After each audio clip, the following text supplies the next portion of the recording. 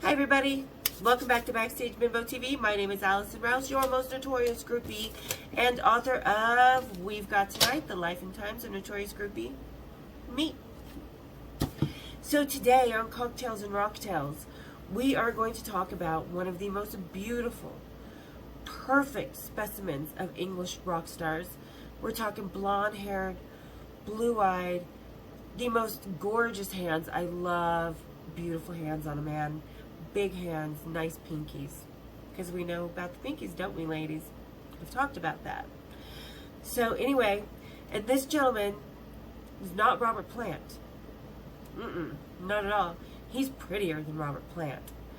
And he's also the co-creator of this little tour bus upside down trick that became my signature move for quite a while. And if you got to experience this, oh, I liked you a lot because I don't do shit on tour buses. So if I was giving you this, then I really liked you.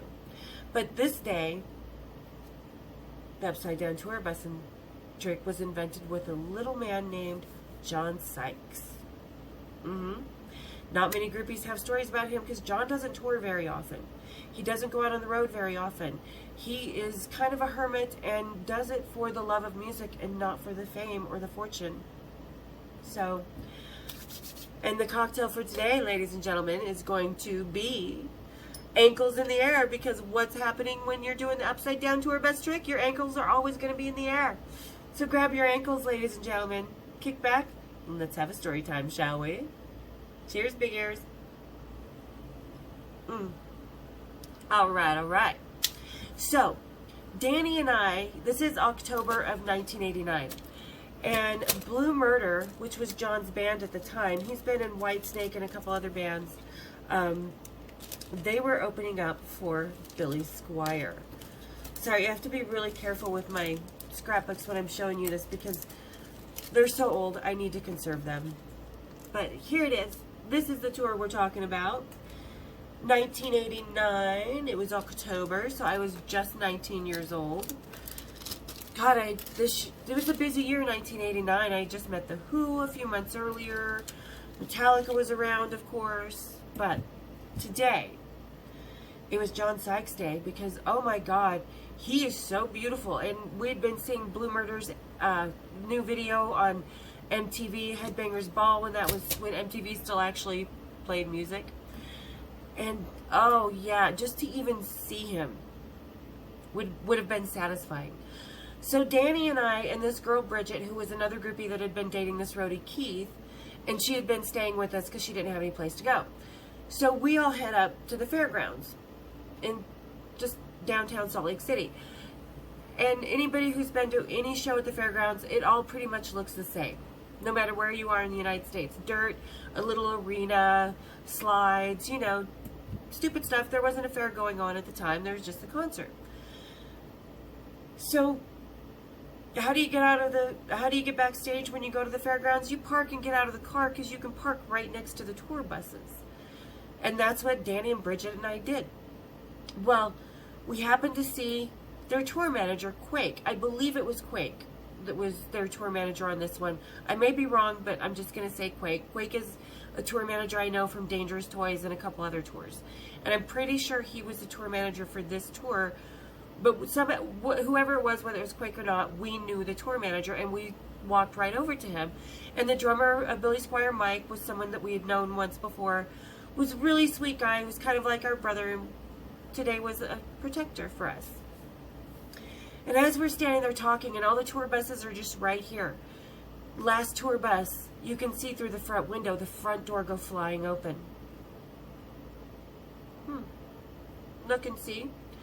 And around the corner from the tour bus door to the front of the tour bus, It was like a romance novel cover and Fabio emerging into the world.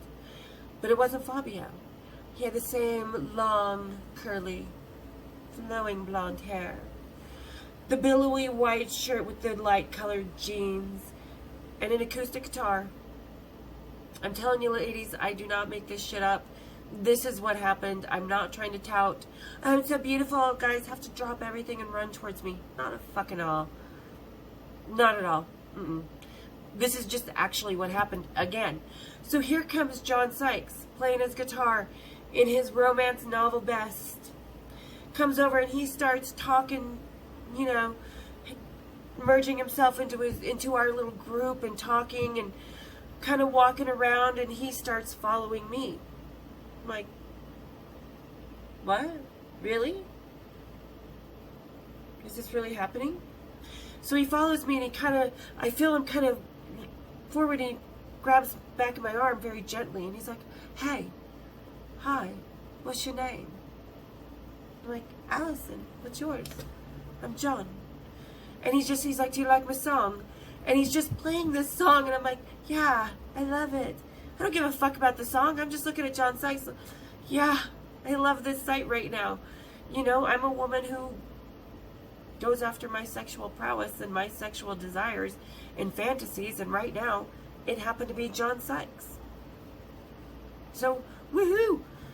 30 minutes in, I've got the guy that I wanted.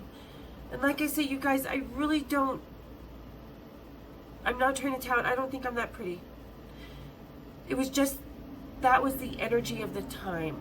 It was so easy to get rock stars and backstage. It still is if you know your way around it. But so yeah, John and I introduced ourselves. Carmine Appice, who was also in Vanilla Fudge and part of the Mud Shark Led Zeppelin incident, was the drummer of Blue Murder at the time as well. And he and Danny happened to have on the same patent leather jacket, the exact same one, which was bought at Contempo Casuals, which was kind of a nicer precursor to Forever 21. And it was totally a women's store. So, okay, Carmine. And it was a cool jacket, but it just came from a women's store. So anyway, they're bonding over the jacket and having a good time. Quake takes off with our friend Bridget, because Bridget's one of those women that give underhanded compliments that just slap you across the face. And he could tell we were about up to here with her bullshit. So he takes her out of our way, takes her inside. He's like, hey, I need help. So Danny and Carmine and John and I end up going. He's like, hey, love. He's like, come on the bus. Let's get out of this heat. Because it was still warm. And we get out of the heat, go on the bus. We're having drinks. Conversation is flowing. We're having a good time. Mike comes on the bus. A couple other people, you know, come on the bus. Billy Squire stops by. I think the lead singer of Blue Murder had come on at some point. And John just, you know, about an hour and a half, 2 hours later, John's like, hey, you want to come on the back of the bus? Uh-huh. Yeah, I do. Fuck yeah, I do. They're only in town for the day. They're not going to have a hotel room. They're showering at the gig. I'm not going to have a hotel room because, ladies, I don't fuck around on the back of the bus very often. And if I did, it was because, yeah, this guy's going to be worth it because it's John fucking Sykes. He's just beautiful. And, yeah, I'm going to take him wherever I can get him. And I had a choice between the bathroom inside or the tour bus back lounge. So really, honestly, I chose the lesser of the two evils. I hope. And so anyway, John and I are in the back lounge of the bus. And, you know, there's the couches all around, and you don't have a lot of room to try and maneuver yourself into positions or try and get creative when you're trying to do oral sex or other positions. Like, you can pretty much do bend over and get on top. And when you're trying to give a blowjob, you gotta squish together. So John, seeing that, you know, I couldn't get my feet comfortable, decided he was going to come up with a solution. And that he did. And it was a very good solution. And it was a dare, really, that he did not think I was going to do or would be able to do. But ask anybody in rock and roll, you want something done? Ask me. I'll do it. I'll get that shit done. And today it was this. So John, he's like, hi, he's like, we need to get in a better position. He's like, I bet you we could 69, because we were trying to 69. And we just couldn't get in a good position. It was not working. We tried everything and it was not pretty. So he's like, hi, he's like, see the escape hatch? Because every tour bus has an escape hatch. At least they did then. He's like, if you could hang upside down for that, he's like, I could put your dick in my mouth. He's like, I could put my dick in your mouth while I could eat your pussy. So, okay. All right. So I step back, look up, assess the situation, and I was not a stripper yet. So I was not able to do the pole moves or trapeze or foot cable that I was able to do as a stripper. So I'm just a monkey, apparently. I don't know. So I look up, I assess the situation, and grab the tour bus, flip upside down, kick my feet out. Voila! Tour bus trick. Come on, John. So, and he was impressed. He was like, I really didn't think you'd be able to do that, love. I'm like, well, I'm doing it, so come on. Because when you're hanging upside down, ladies, if you are going to try this at home, disclaimer, number 1, pillows on the floor in case you fall down. Number 2, you've got about 5 minutes of this position before you start to pass out. Unless that's something you like, I highly recommend only doing this for 5 minutes. Just a safety disclaimer, okay? I don't recommend trying this at home. Go find an old tour bus and try it on there. Or rock stars with the tour bus and try it with them. Yeah. So anyway, yep. We do our little 69. And he's holding on to the top. So, you know, we're both steadied so we're not swinging. I'm not swinging because, you know, when you're in that position, you're going to swing. So he's holding on. So all that's out of the top of the tour bus are my legs and his arms and hands. We're doing our business, which if you want to know what the business was like, ladies and gentlemen, again, as usual, you're going to have to come over to Patreon because that's where I tell you the dirty details, not here. So we get done doing our business, we fix ourselves up, grab another little drink out of the back lounge fridge, and we go up to the front lounge. When we left, there was just Carmine and Danny. Everybody else had left the tour bus, so that's why we kind of chose that moment to have a little more privacy on the back lounge. No, when we came out, there was Mike, there was Quake, there was Billy Squire, there was Carmine and Danny, the lead singer of Blue Murder, and a couple other roadies applauding. What?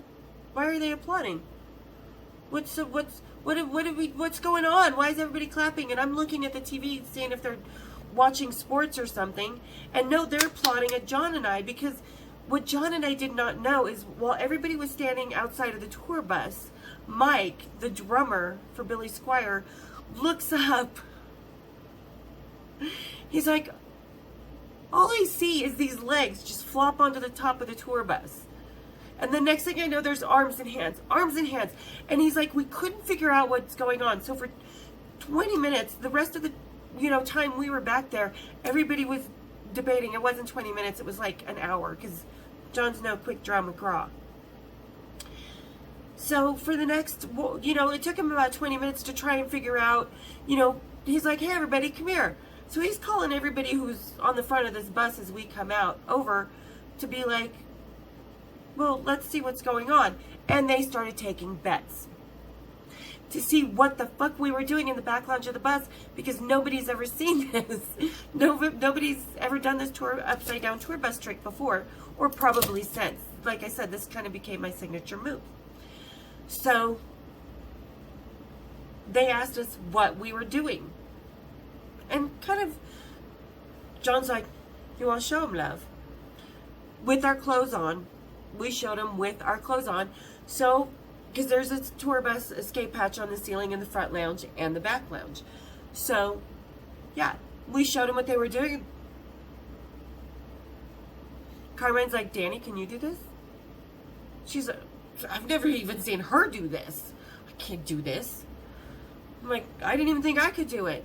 And Well done you, well done you. Yep, solidified at that moment in time. That became a signature move.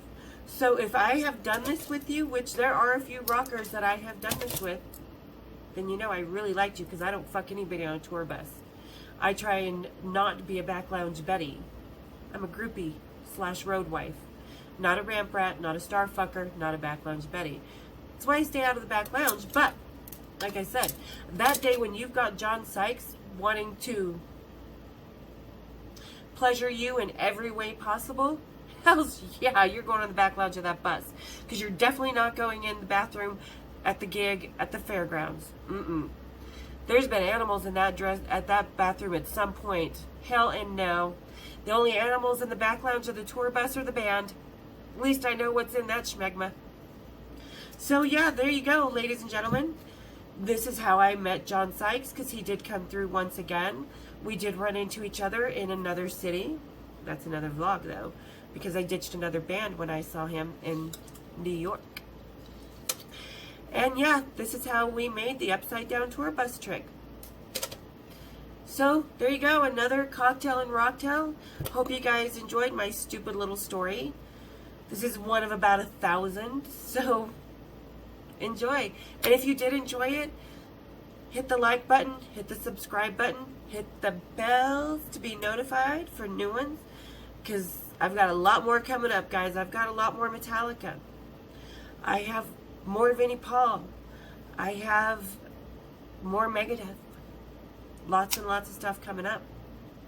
So again, thanks for tuning in, everybody. Again, this is for my good friend who is stuck in Italy at the moment. She's hoping to get back home to Germany soon. She loves John Sykes, so I thought I would do this one for her. Alright. Again, hit the subscribe button, hit the like button, hit the bells, and we'll see you next week for some more cocktails and rocktails. Thanks for tuning in, everybody.